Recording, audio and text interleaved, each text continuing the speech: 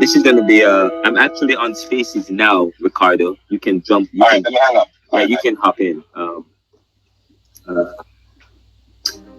welcome to welcome to, sorry, welcome to the neoliberal, to the Neoliberal Round space, or to my space, Twitter space. I actually just tried to do it earlier and we were having some problems. Hopefully, you guys can hear me. But I want to talk about a show that we are doing that's about to come up. I want to, who are African Americans in Philadelphia voting for? You might have heard, well, we have been providing trailers and so on, and clips of Street Vibes, Pulse of the Street Season 2, Part 3, on the Neoliberal Round podcast and the Neoliberal Round YouTube channel.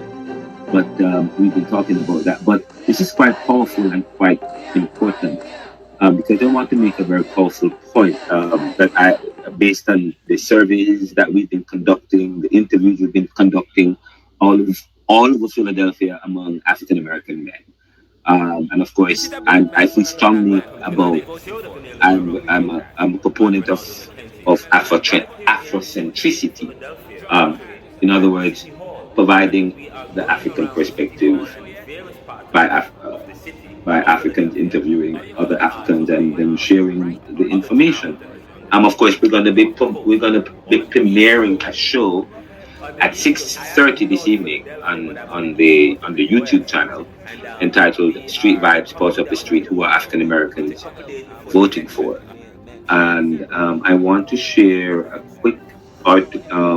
a quick bit of the information, some of the findings that we have. If I can bring that up real quickly for you. Here we go. Let's go here. We're gonna. Now I want to share and very important upcoming show. I want to talk about some of the work that we've been doing in terms of interviewing people all over Philadelphia.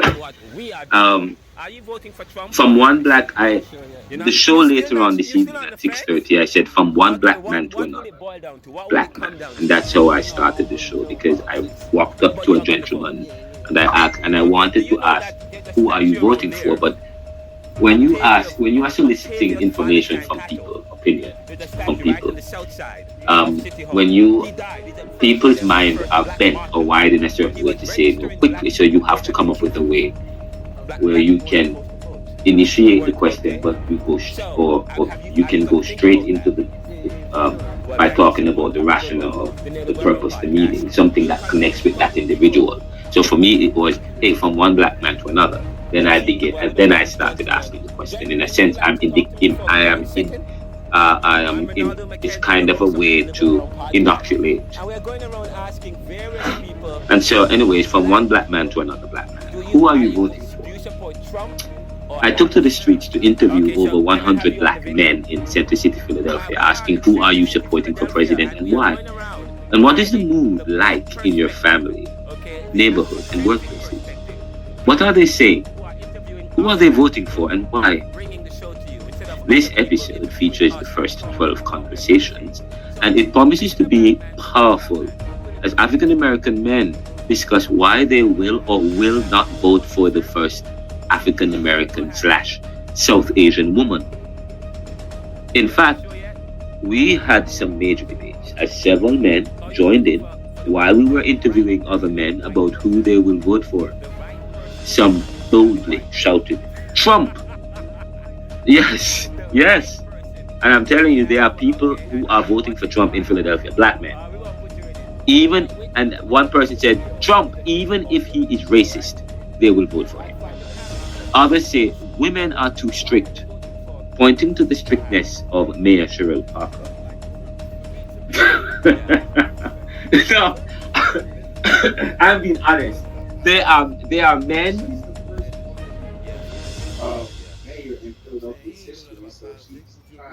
She's the first woman in Philadelphia's history. But men in Philadelphia are experiencing her leadership.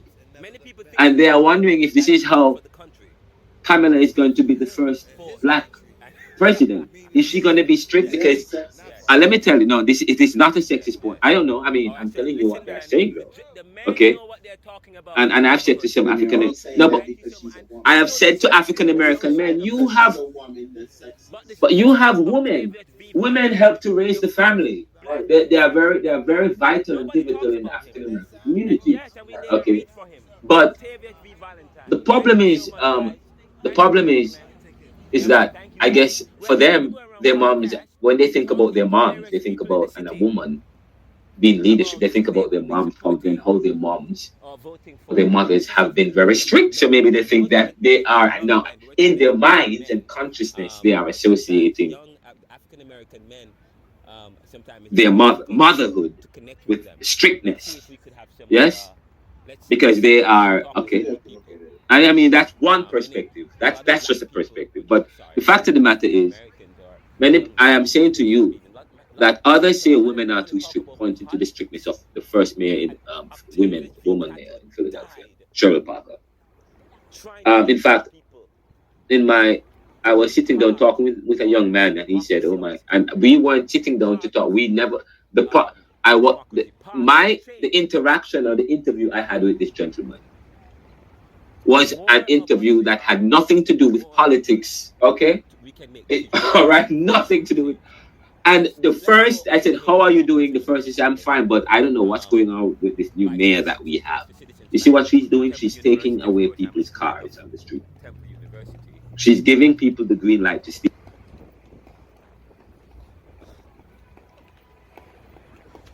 So you can decide on the street at your house in front of your gate, because if you have an LLC, people can just pick it up. Something of the sort. I don't know the new policy, but I understand that people. I understand that the people that have some of these guys saying that their cars are being taken away, and it's fine because if it's not registered. But of course, where Philadelphia City don't have plates. You can't park your car in a garage. Philadelphia City, a lot of people park on the street. So if your car is not registered, it's going to be taken away. And of course, we talk about the issue support in Philadelphia. It's Philadelphia is among the cities with the highest poverty rate, and so this black mayor having a policy as draconian as this, they're saying, where now they are taking away people's car because, or if people think if it's too unsightly, if your car is parked outside for too long, you can call somebody to pick it up, and then you can justify that by saying because now the mayor has a policy because she's trying to clean up the city. So how do you reconcile that with other issues that's happening? But this is quite an intricate issue. But the problem is the thing is now the fact of the matter is that is now affecting Kamala's the consciousness, that the idea that people have about Kamala Harris, because they are saying they are now having to deal with the strictness of Cheryl Parker. They are having to deal with the strictness of their mom. Yes, it's quite interesting. Quite interesting.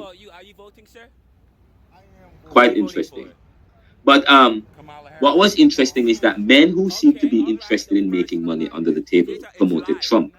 That's another thing. And one man stated that the Democrats represent the party of Jim Crow, even though we are in 2024, and that is no longer the case. Okay. Yet many have voted already, or will vote for Harris. Some for Trump. It seems to be a split down the middle in PA. What was interesting is that African American men supporting Trump, hoping to get COVID type payout, are not concerned with the accusation of Trump inciting an insurrection, and do not remember George Floyd's death.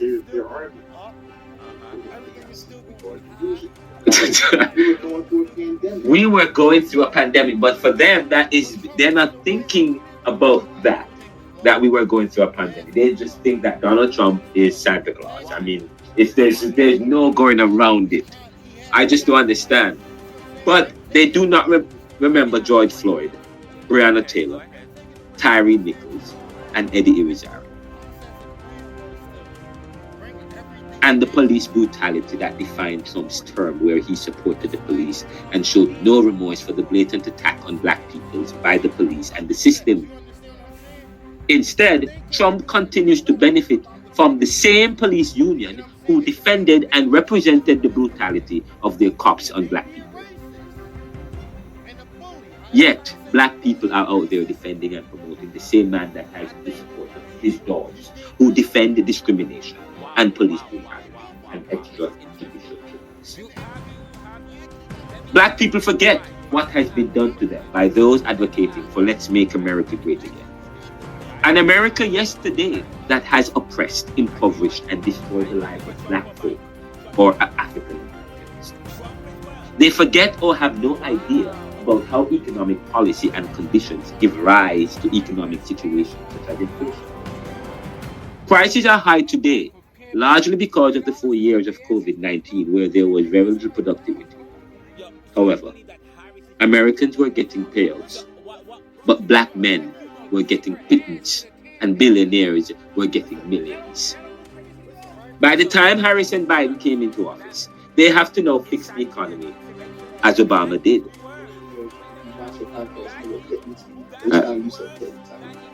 Getting pittance, of course. I mean, I'm quite sure people know pittance. Well, I guess in yeah, right. Yes, it means nothing really. You know. It's a Jamaican saying, but it's an African saying. Pittance is, and now we all African because we have been disconnected from our African roots. We have. So now I'm going to ensure that every time I write, I include something that reconnects us to our African roots. Yes. Why? You're studying Africology. Well, I'm studying Africology and it's powerful. Why did they switch from apologetics and monotheism to Afroecology? Well, I mean, you mean liberalism or postmodernism, you mean? Because I was a postmodernist, but Africologist. I mean, I taught apologetics, which is the use of logic to defend the Christian faith. But this apologetics come in handy because now I understand how to use logic.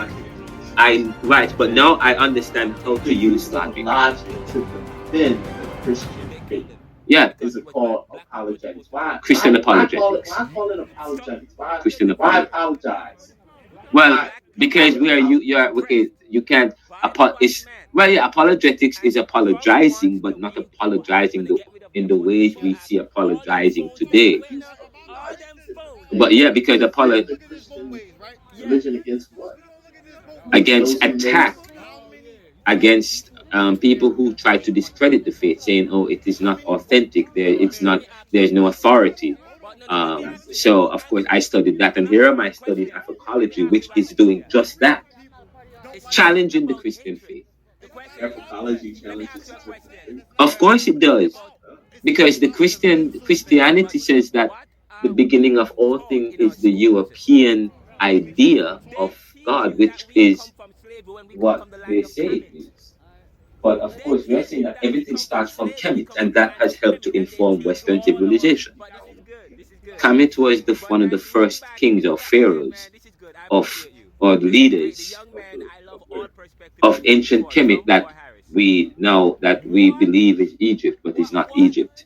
Egypt was cut off from Africa, but no, it's part of Africa, and it was dominated by Africans, but that's not the history. When we used to watch back in the days, watch those Egyptian shows and so on, they were all they were ruled by pharaohs. Yes, but let us finish. We're not talking about Egypt today or ancient or Kemet. We're talking about the election. But let me finish this and what's coming up later tonight.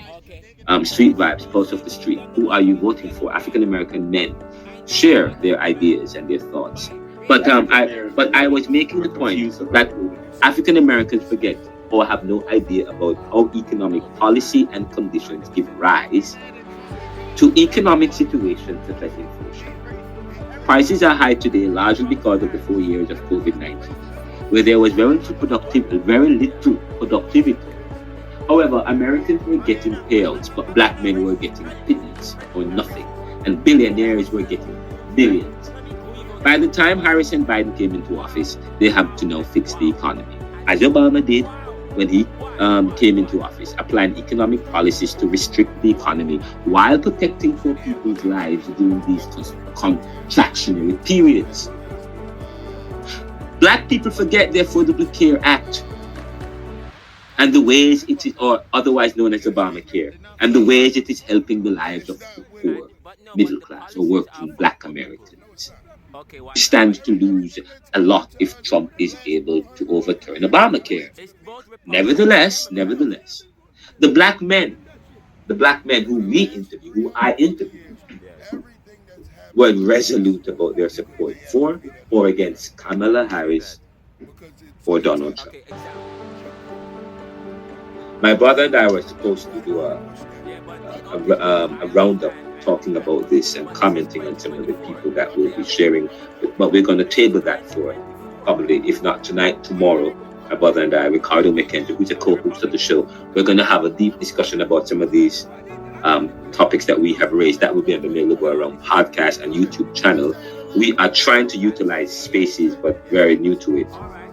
But we assume, of course, we will slowly develop dexterity as it relates to the use of Spaces.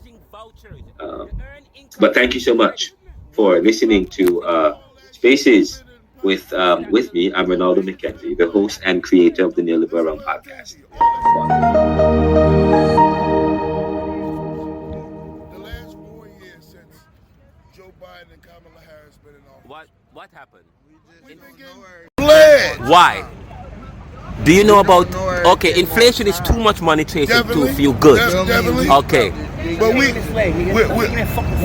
getting bled all around the board. I know, but that you have a black woman.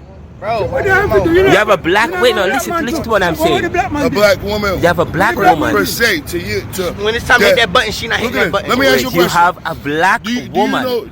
Wait, let me ask you. Are you black? Yeah. Are you African? Sorry. Nigga. No, are you African? Are you African? Listen what I'm saying. Are you from Africa? Look at this. Listen to this. Are we all from Africa? Let me say this. Why do you think? Why you think they don't show her husband much? I mean, why we don't? I'm not voting for him. Are you voting for the husband? No. Right. But and I know, I'm upset about the husband. He's Jewish. I know. It doesn't even matter. It doesn't matter. No, but I do not. Her policies may be pro-Israelite. I cannot support Israel. Why not? In the ways that they are supporting them. Why? Then you don't want to vote for her. Wait. No, wait. That's a good one. That's the problem, though. That's the only problem I have. But the thing is, I can't vote for Trump either because of what they have done. The Democratic Party belongs to a man named George Soros. Yes. A warmonger. Wow. You understand me? Yes. They get in office these next 4 years. We'll be in war. You're voting for Trump? I'm voting for Trump. Fucking right. I've voted for Democrat for 20 years. You Jamaican? Yeah, I've voted for them for 20 years. And Kamala is Jamaican, you know that? She forgets our people in Jamaica. No, she has not. Of course. Her father came, Jamaican men did them throw a seed and then go away. He was not in her grandmother Jamaican. She goes there all the time. Kamala is Jamaican. Listen, I'm Jamaican. And you Jamaican, you're not voting for her? Wow. Listen to me. Yeah. Right? He just started ignoring people in the lecture. He wasn't if he get bored them before, he mention them now. And just mention them now. He never mentioned Is that no? She went to Howard University. I'm from Jamaica. Yes. I'm from Bronx. She's only been black when it further her agenda. No, but you are following what the white people are saying about black people. Motherfucker, I know her. Yeah, but she said that. Did you hear she said that? Right. She went to a black university. What she did? And she was black then. You understand me? No sooner she got out that fucking university, she became what they call Asian American. I mean, she's also Indian. But they were colonized too. Her people were oppressed. She black and she was oppressed. And here, she represents that which was oppressed. And she's trying to but she's still under the white man. So she has to come into power first and slowly change things. When she came into politics, she ran with the niggas. She ran with Willie Brown. She was fucking the man. You understand me? After she got out of there, she was all Asian American. She has always been Asian. She's always ran on Asian American. Let me tell you something. She's been Asian, yeah. But not even that. The last 4 years, right? 4 or 5 years she's been in office. She's been a no-show. She's the vice president. She never win. Various men, because they said men are not, young black men are not really voting for Harris, so they're not as involved. Who are you voting for, sir? Kamala Harris. Kamala Harris. Why? Oh man, I think she's gonna change the world, man. You think she's gonna change the world? I feel like there are people who are saying that she just a figure that they are using to trick black people. No, I disagree with that. I feel like she's going to stand on business. She's going to be for the people. You know what I'm saying? She's going to do everything she say. I mean, nothing happened overnight. You know what I mean? Through the months of her being in office, you know what I mean? Through that first year, I feel like it's going to be a major change. What are the people in your neighborhood saying? The other African American men saying in your neighborhood? Majority said Kamala Harris, but you got a small percentage saying Donald Trump. You know what I'm saying? Yes. I think they chasing that stimulus money. You know, they think he's gonna do the stimulus. People lazy, they don't want to work, so they want to get that free money. Sorry to say that, but that's the honest truth. So yes, if they could get the easy way route, and they're gonna vote for the person that's gonna help them get the easy way route. Yes. But I think Kamala Harris is more so for the. You know, a lot of black men said that women are strict. Maybe because they have their parents. I mean, they live with their moms. Their moms are. Many black men are saying, the young men are saying that. Come from a woman. And then, of course, in Philadelphia, we have a female mayor, and many of the young men are saying, "Oh, she's strict, taking away their cars." That's part of this. We come from a woman, so how can we? We come from a woman. Oh, you mean take some type of order or ruling from a woman? And in Africa, if you go back to Africa. We talk about father of the gods and mother of the gods. Mother. Mother were Paradise lays at the feet of your mother. Black Athena. Yes. Men, we live in a white European dominated society that says, oh, they don't respect they don't respect women. But if you go back to the beginning of things, black women were just up there. Yes, for sure. And at some point, so they don't. But when we think of, but you think we need to. It's not even about a woman taking over the world, like that, or a woman being in the office, like, you know what I'm saying? I think she earned her spot. She earned her spot. This ain't happening overnight. She not, you mean, in the run for president for nothing. You know what I mean? She earned it, you feel me? And she been doing stuff for the community outside of her being a president. You feel me? So I feel as though she get the president, she'll be able to help and do a whole lot more. How will she help black men or black people? I think it'll be more I know you do it black no more. Not even just African Americans. Not even just for the blacks, for everybody. Like, you feel me? I feel like she's gonna open up more jobs. I feel like she's gonna more benefits, a lot more openness that we don't. Why do you think that she's going to do that over Trump? Because Trump already had his chance to. I see what you mean. He was president already, and twice, not only twice. He got it back to back. Just once during COVID, and then he lost to Biden. Oh yeah, matter of fact, my apologies. I remember he ran for it twice. My fault. But he lost once. He got it once for 4 years. Yeah, man, he showed what he could do. He fell, man. Well, thank you so much. much. All that money did was put a lot of people in holes and debts that they can't get out still to this day. So there we okay. There we have it. So for you, you study a little bit of finance. Hell yeah. Because many of the people don't know finance like you. I'm in school right now. I'm in CCP. Yeah. Oh, so that's why you are able to go a little bit further about the money that we get. Okay. Majorly debt. Yes. Created debt. Created the inflation. Okay, there we go. Well, thank you so much. Ain't no doubt, man. This is Renaldo of the Neoliberal Round podcast. Thank you, brother. Kamala Harris. All right. Take care. We'll continue to talk to people in Philadelphia. Thank you so much. We're in Center City, Philadelphia. The Neoliberal Round podcast. We'll be right back.